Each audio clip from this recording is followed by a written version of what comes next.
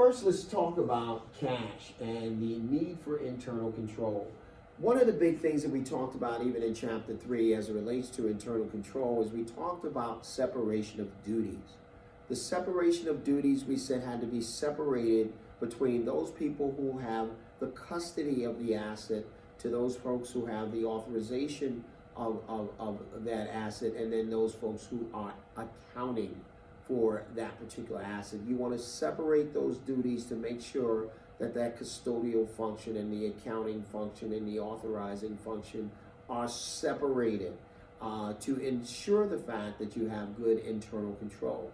One of the important factors there is that everyone is involved in internal control, from the top to the bottom, from the bottom to the top. Every facet of employment, every facet of management, every facet of supervisory capacity, all members of the corporation or business are responsible for internal control. Being that it may, let's look at what the text talks about. And they talk about, when they talk about internal control, you want to make sure that cash, which is your most liquid asset, is susceptible to fraud. And fraud may be defined as the preparation of false or misleading financial statements, or theft or misappropriation of funds. False or misleading financial statements are the result of managers making false entries on the books that are reflected in the financial statement. The intent of this fraud is to paint a rosier picture than actually is or exists to deceive creditors, investors into lending or investing money into the firm that they may not have otherwise lent or invested had the truth been told. Theft or misappropriation involves the stealing on the part of employees. Since cash is so liquid, internal controls are needed to lessen the chance of any loss through theft. So it breaks it into two parts. One, false or misleading financial statements, which is fraud, or two, theft. Those two things theft happens by employees, false or misleading happens by managers who are doing certain things to just deceive the public or deceive those people that are relying on the statements. So clearly what we're looking at is a separation of duties. This requires that the custodial function, the accounting function, and the authorization function are separated. The custodial function, the accounting function, and the authorization function of a business is separated. For example, the same person that collects cash, who has the custody of it, should not also perform the accounting and authorization functions. If the same person who is authorizing the write-off an account receivable also collects the cash, then the control over cash is clearly diminished. In the case of small firms, and that's what we've talked about before, it is very difficult to have clear separation of duties because you only have a few people that are managing these firms. And because you only have a handful of people that are managing the firms, most small firms have the same person doing multiple functions. That person may be collecting the cash and doing the accounting, or that person might be authorizing a transaction and writing the check. In those situations, internal control is weakened because, again, you have a person doing multiple functions. If that situation happens, wherever feasible, you have to add on additional controls, meaning maybe you'll have two signers on a check, or maybe two people approve a purchase order, or maybe alternate people look at bank reconciliations, which we'll talk about in a minute. But generally speaking, in a smaller company, you have to institute greater controls to ensure the fact that there is no fraud or there is no theft. One of the types of internal controls we talked about previously was pre-numbered documents. These are documents that are in number sequence. The number sequence means that you have 1 followed by 2, followed by 3, followed by 4, and these numbered sequences will help you to identify if there has been some issue that you need to look into. So if you have checks 1 through 10 and you've used checks 1 through 7, and then you skip right over to 9 and 10 and you missed 8, check number 8 now becomes something of suspicion, asking, was it voided?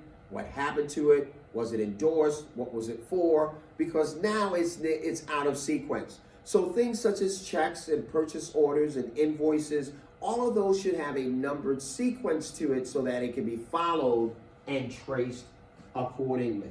All right? Regular deposits.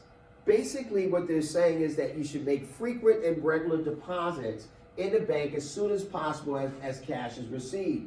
In fact, you want to use a lockbox in some cases, which locks the money in, and then you make that deposit so it can be made directly to the company's bank, adding control over speeding up the cash process from receipts and sales. Pay by check. If you pay everything by check, then petty cash or loose cash does not have to be worried about, because everything is paid by check or debit card or credit card. Then it eliminates the looseness of cash and cash being taken or defrauded by in a particular manner. So that's another way that you can ensure that there is some internal control as it relates to the payment of cash. Develop a approval system and cross-check. You want to make sure that checks are written, they have proper approval given by somebody from another department, and that the other than the department writing the check, which is the treasury function. For example, make a check in the payment of inventory purchases as a match of several documents. What you're going to do is match the purchase order, the receiving report, and the invoice. Let's talk about it. The purchase order represents the request or the authorization to purchase. There, the department says, we need to get 100 reams of paper, and as such, we're putting in a purchase order for that. Once that purchase order is authorized, it then goes to the receiving department. When that order comes in, the person who is receiving it on the dock that receives all of that pieces of paper that we ordered, they are putting in a receiving report. I received 20 boxes of paper. That receiving report gets attached to the purchase order, and then there is the invoice from the vendor we purchased it from. All of these documents confirm and verify the transaction. I purchased 100 reams of paper. The receiving report received 100 reams of paper. The invoice is for 100 reams of paper. Now you have cross-collateralized those documents to show that now you have created a internal control mechanism through a developed approved system of cross-checks that is in order. One of the final features, which leads us into our next segment, is perform a bank reconciliation. What a bank reconciliation is, it's reconciling the information that's on the bank statement to the information that you have contained on your books. Your books are being handled internally by your accounting department. They're recording checks that are going out. They're recording deposits that are going in. Your bank, by the way, is an outside independent third party that manages your flow of cash. It manages deposits, it manages checks written, it manages electronic funds transfers and other transactions independent of what your books may record.